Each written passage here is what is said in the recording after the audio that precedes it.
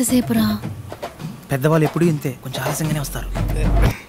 కోట వస్తాడంటావా? వస్తారక్క.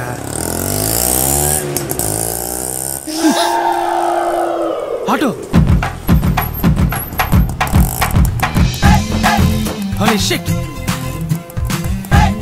ఏంట్రా తమ్ముడు అక్కడే వచ్చాడు?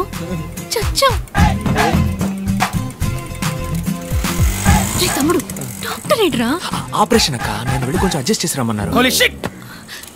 సారీ సార్, మిమ్మల్ని కాదు సార్. అక్క కొట్టించానంటనా? నువ్వు చేసేదంట నీ మొహం. అక్కో, మా ఏరియా మంకళమ్మ వేడుకలో నేనక్క మిమిక్రీ. డాక్టర్ కి మళ్ళీ మాట్లాడి మాయ చేస్తాను, నువ్వేం భయపడకు, మేనేజ్ చేసేద్దాం. ఇప్పుడు మహేష్ బాబులా మాట్లాడమ్మా. ఎవరు కొడితే దిమ్మ తిరిగి మైండ్ బ్లాక్ అవుతావు. ఇది రేడియో కాదు, TV. Welcome mister Bhargav. Hello sir. Mister Bhargav, your speech was wonderful in the conference. Thank you. ఎవరికి మీరు ఇంటర్వ్యూ ఇవ్వలేదు. ఎక్స్క్లూజివ్ గా మా ఛానల్ కి ఇంటర్వ్యూ ఇవ్వడానికి ఒప్పుకున్నందుకు we are very privileged. It's my pleasure. It's us. మీరు మా ఛానల్ కి ఎలా యాక్సెప్ట్ చేశారు సార్? అంతకు మించి ఈ ఇంటర్వ్యూ కోసం ఈవెన్ నన్ను అప్రోచ్ అయిన విధానం నాకు బాగా నచ్చింది. చాలా మర్యాదగా, చాలా హంబుల్గా. సో వీళ్ళ కోసమే ఈ ఇంటర్వ్యూకి ఒప్పుకున్నాను. మొదలు పెడదామా?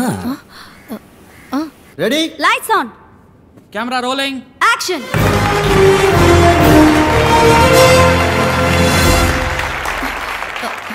హాయ్ హాయ్ హాయ్, మీ అందరికీ సాధనా సాధకులు కార్యక్రమానికి స్వాగతం పలుకుతోంది మీ తార. ఇదే నా మొదటి షో. నా మొదటి గెస్ట్ డాక్టర్ భార్గవ్. అందరికీ అర్థమయ్యేలా చెప్పాలంటే 5 రూపాయల డాక్టర్. నమస్కారం. ఈ 5 రూపాయల ఫీజు అనేది మీకు కామెడీగా అనిపించట్లేదా? ఒక సగటు ఇండియన్ యొక్క మంత్లీ ఇన్కమ్ 1570 రూపాయలు, అంటే రోజుకి 50 రూపాయలు అన్నమాట. దానికి సంబంధించినంత వరకు 5 రూపాయలు పెద్ద అమౌంటే. డాక్టర్ భార్గవ్, ప్రభుత్వ ఆసుపత్రుల పట్ల ప్రజలు ఆకర్షితులు అవ్వడానికి మీ దగ్గర ఏమైనా ప్రణాళిక ఉందా? చీఫ్ మినిస్టర్, ప్రైమ్ మినిస్టర్, రాష్ట్రపతి, governor, MP, MLA, IAS, IPS officers, సింపుల్గా చెప్పాలంటే ఆల్ గవర్నమెంట్ సర్వెంట్స్ గవర్నమెంట్ హాస్పిటల్స్లో మాత్రమే చేరాలి అన్న చట్టం తీసుకొస్తే అన్ని గవర్నమెంట్ హాస్పిటల్స్ అగ్రస్థానంలో ఉంటాయి. డాక్టర్ సార్, మీ కోల్డ్ ఫీవర్ వస్తే ఏ డాక్టర్ని మీట్ అవుతారు? ఏ మెడిసిన్ వేసుకుంటారు? డాక్టర్ సరళ 5వ తరగతి వరకే చదువుకుంది. మా అమ్మ, ఆవిడే మా ఫ్యామిలీ డాక్టర్. ఆవిడ పెట్టే మిరియాల రసమే మెడిసిన్స్లో కల్లా బెస్ట్ మెడిసిన్. డాక్టర్, అందరికీ ఉచితంగా వైద్య సేవలు అందించడం సాధ్యమేనంటారా? ఇట్స్ ఇంపాసిబుల్ అంటాను. ఏంటి సార్, ఉచితంగా టీవీ, గ్రైండర్, మిక్సీ, ఫ్యాను, ఓటుకి 5,000 రూపాయలు ఇచ్చే దేశం సార్ మన దేశం. మందులు మాత్రలో ఇవ్వదా ఏంటి? వైద్య రంగానికి సంబంధించి మన దేశం అగ్రస్థానంలో ఉందని మేధావర్గం అంటోంది. ఒక డాక్టర్గా మీరు అంగీకరిస్తారా? అగ్రస్థానం అని మీరు అంటున్నారు కనుక నేను కొంచెం సినిమా స్టైల్లో మన చిరంజీవి గారి ఠాగూర్లో చెప్పిన విధంగా చెప్తాను. వైద్య వృత్తికి వన్నె తెచ్చే డాక్టర్స్ని 34 దేశాలకి పంపించిన లిస్టులో ఇండియాది మొదటి స్థానం. కానీ అదే సమయం తమ దేశ ప్రజల కోసం ఉన్నతమైన వైద్య సేవలు అందించే దేశాల లిస్టులో ఇండియాది 112వ స్థానం. ప్రాపర్ మెడికల్ క్వాలిఫికేషన్ లేని డాక్టర్స్ మాత్రమే మన దేశంలో 57.3%. ఒక సంవత్సరంలో ఇండియాలో జరిగే మెడికల్ ఎర్రర్స్ మాత్రం ఎన్నో చెప్పనా? 52 లక్షలు. 120 కోట్ల మంది జనం ఉన్న ఈ దేశంలో కేవలం 120 మందికే వైద్యం అందుతుంటే అగ్రస్థానం అని ఎలా అనగలం? వైద్య రంగంలో అతిపెద్ద స్కామ్ గా మీరు ఏదనుకుంటున్నారు డాక్టర్? Medical checkup. మీలో ఎంతమంది నార్మల్గా ఉన్నారో చేయొద్దండి. ఒకే ఒక్కసారి మెడికల్ చెకప్కి వెళ్ళారండి, ఒక్కళ్ళు కూడా నార్మల్ అని చెయ్యెత్తరు. నార్మల్గా ఛేదించండి. నార్మల్గా ఉన్న వాళ్ళని పేషెంట్స్గా మార్చడానికి కార్పొరేట్ హాస్పిటల్స్ వాడే టెక్నికే medical checkup. I am doctor Ramachandra. డాక్టర్స్నే కాకుండా వైద్య వృత్తిని అవమానించే విధంగా ఉన్నాయి మీ మాటలు. ఓ, డాక్టర్స్ అందరూ దుర్మార్గులే అన్నది మీ ఉద్దేశమా? ఖచ్చితంగా కాదు డాక్టర్. వందలాది మంది మంచి డాక్టర్స్ మధ్య వైద్య వృత్తిని వ్యాపారంగా మాత్రమే చూసే ఓ 10 మంది డాక్టర్స్ ఉండడం సహజం. వాళ్ళందరికీ నా సమాధానం కొంచెం కోపాన్ని తెప్పిస్తుంది. మీ కోపం వచ్చిందా? డాక్టర్, మీరు ఇంతవరకు ఎందుకు పెళ్లి చేసుకోలేదు? నేను నా డ్రీమ్ని ఇంకా ఫుల్ఫిల్ చేసుకోవాలా. అది కాకుండా ఈ 5 రూపాయల డాక్టర్ని ఎవరు పెళ్లి చేసుకుంటారు చెప్పండి? పోనీ ఒకవేళ ఎవరికైనా నచ్చితే తప్పకుండా వాళ్ళని పెళ్లి చేసుకోవడానికి సిద్ధంగా ఉన్నాను. అటువంటి అమ్మాయి మీకు దక్కాలని మేమందరూ వేడుకుంటాం. ఇదే ఆఖరి ప్రశ్న. What is your dream doctor? ఉన్నతమైన వైద్యం, అందరికీ ఉచితం. అదే నా dream. Thank you doctor, it was a great interview. అద్భుతంగా సమాధానం చెప్పారు. చక్కని సమాధానం, చక్కని ప్రశ్నకి దక్కిన బహుమానం. మళ్ళీ వచ్చే వారం సాధనా సాధకుల కార్యక్రమంలో కలుసుకునేంత వరకు మీ నుంచి సెలవు కోరుకుంటోంది మీ తారా.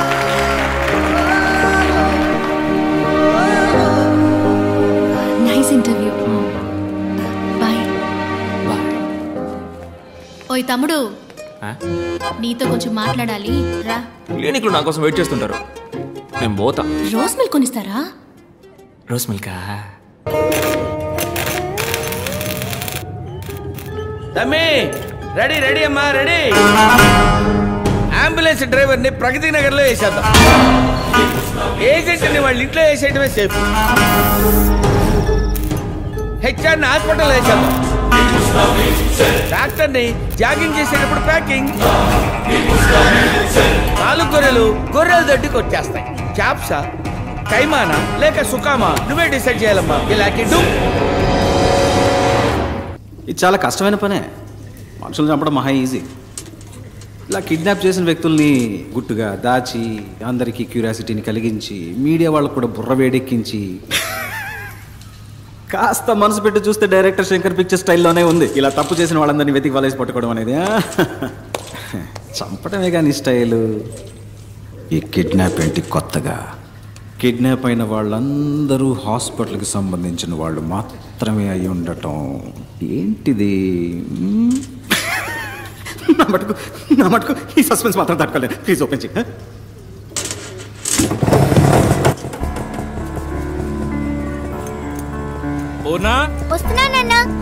అన్ని తీసుకున్నావమ్మా? కూర్చో. బాయ్ అమ్మా.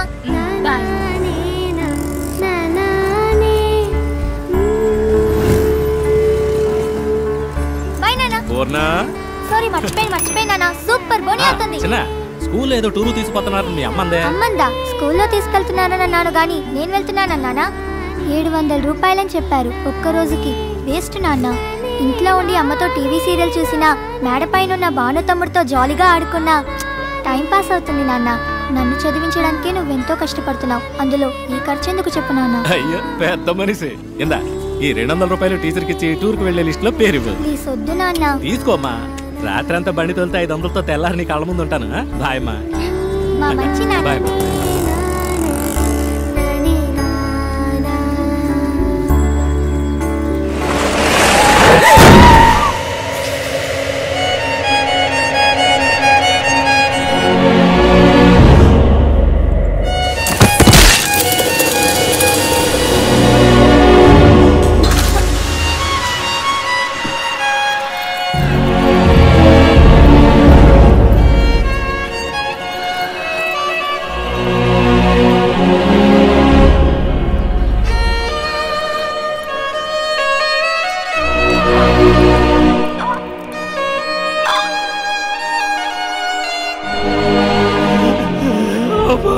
నన్ను చూడరా, ఎంత ఖర్చు అయినా నేను కాపాడుకుంటాను. నన్ను చూడరా.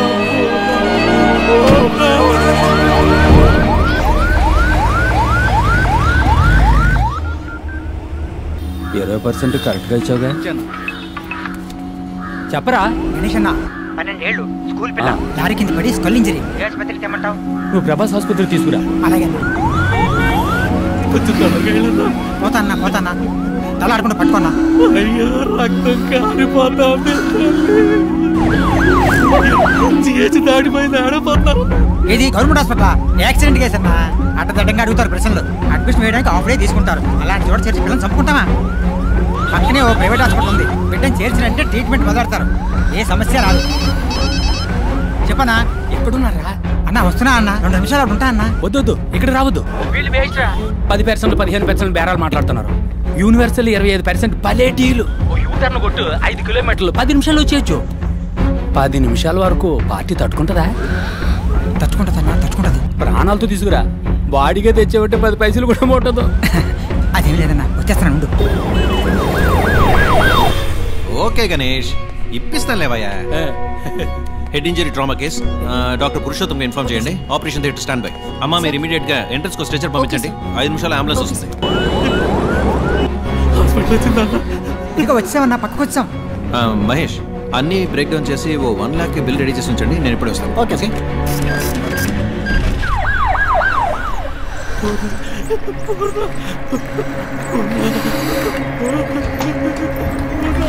సార్ రండి సార్.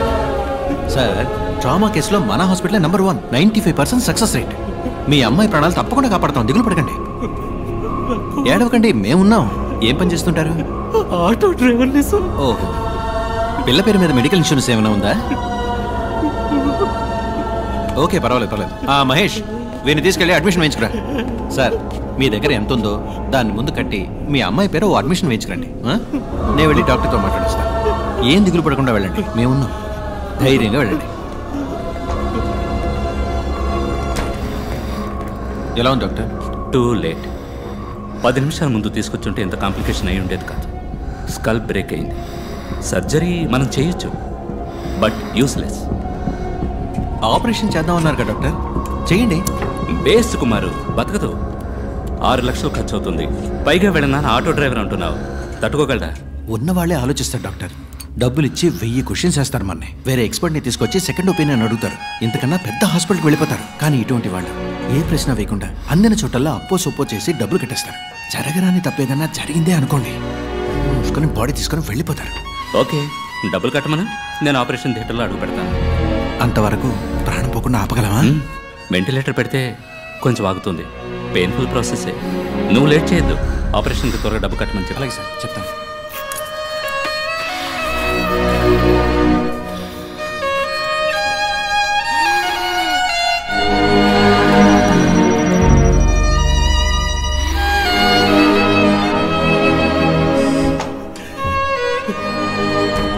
కంగారు పడద్దు. ఓ సర్జరీ చేయాలి. చేస్తే అమ్మాయిని ఖచ్చితంగా కాపాడచ్చని డాక్టర్ చెప్పారు. లేదంటే కష్టం అన్నారు. ఏడవద్దు.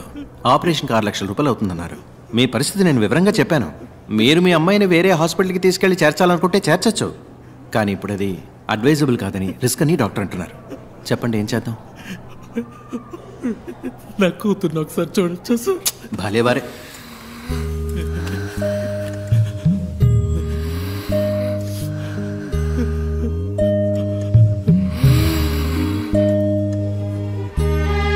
తొందరగా డబ్బు రెడీ చేయండి. వెంటనే ఆపరేషన్ మొదలుపెట్టండి. మీరేం భయపడకండి, మేము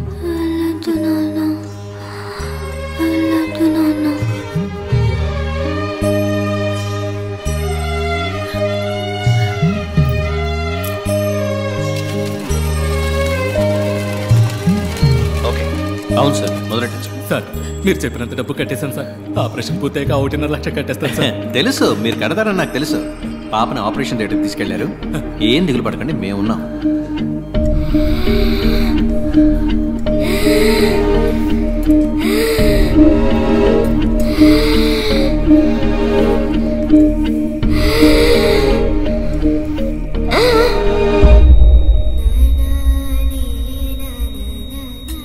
బాడీకి స్టిచెస్ వేసి ఇచ్చేయండి. పిల్ల పేరెంట్స్తో నేను మాట్లాడతాను.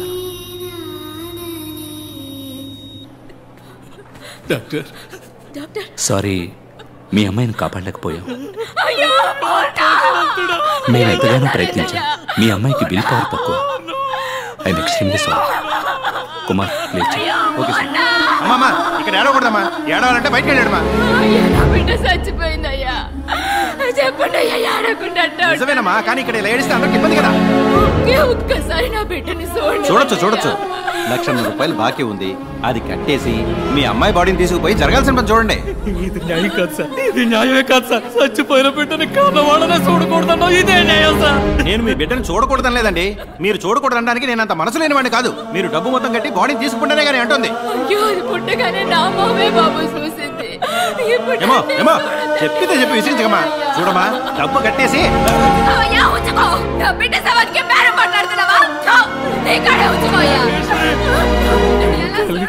తట్టుకోలేకపోయింది. నా బిడ్డ పట్టాలి ఒక్కసారి చూడండి.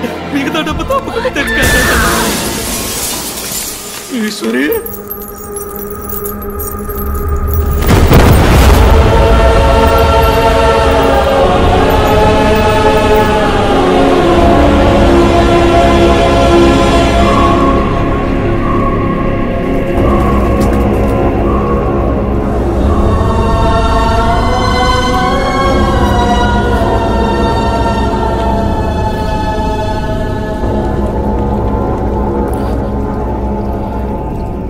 వేసుకోవడానికి గుడ్డ లేదు, ఉండడానికి గూడు లేదు, కడుపు గుక్కెడు గంజి లేదు. ఒక్క బిడ్డని చదివించడానికి ఒక కుటుంబమే పోరాడాల్సి వచ్చింది. పేదోళ్ళ దగ్గర ఏముంటుంది సార్? వాళ్ళకుండేది ఒక్క ప్రాణమే. ఆ ప్రాణం కూడా ఒకడు ఎందుకని భావిస్తే వాడిని ఏం చేయమంటారు? బై ఎనీ ఛాన్స్ ఆ నలుగురు ఇప్పుడు ప్రాణాలతో ఇంకా బతుకున్నారా? 10 నిమిషాల్లో ఆ పిల్లని ఒక సరైన హాస్పిటల్కి తీసుకెళ్ళుంటే, 10 నిమిషాల్లో ఆ పిల్లకి సరైన ట్రీట్మెంట్ ఇచ్చుంటే ఆ పిల్ల చనిపోయేది కాదు సార్.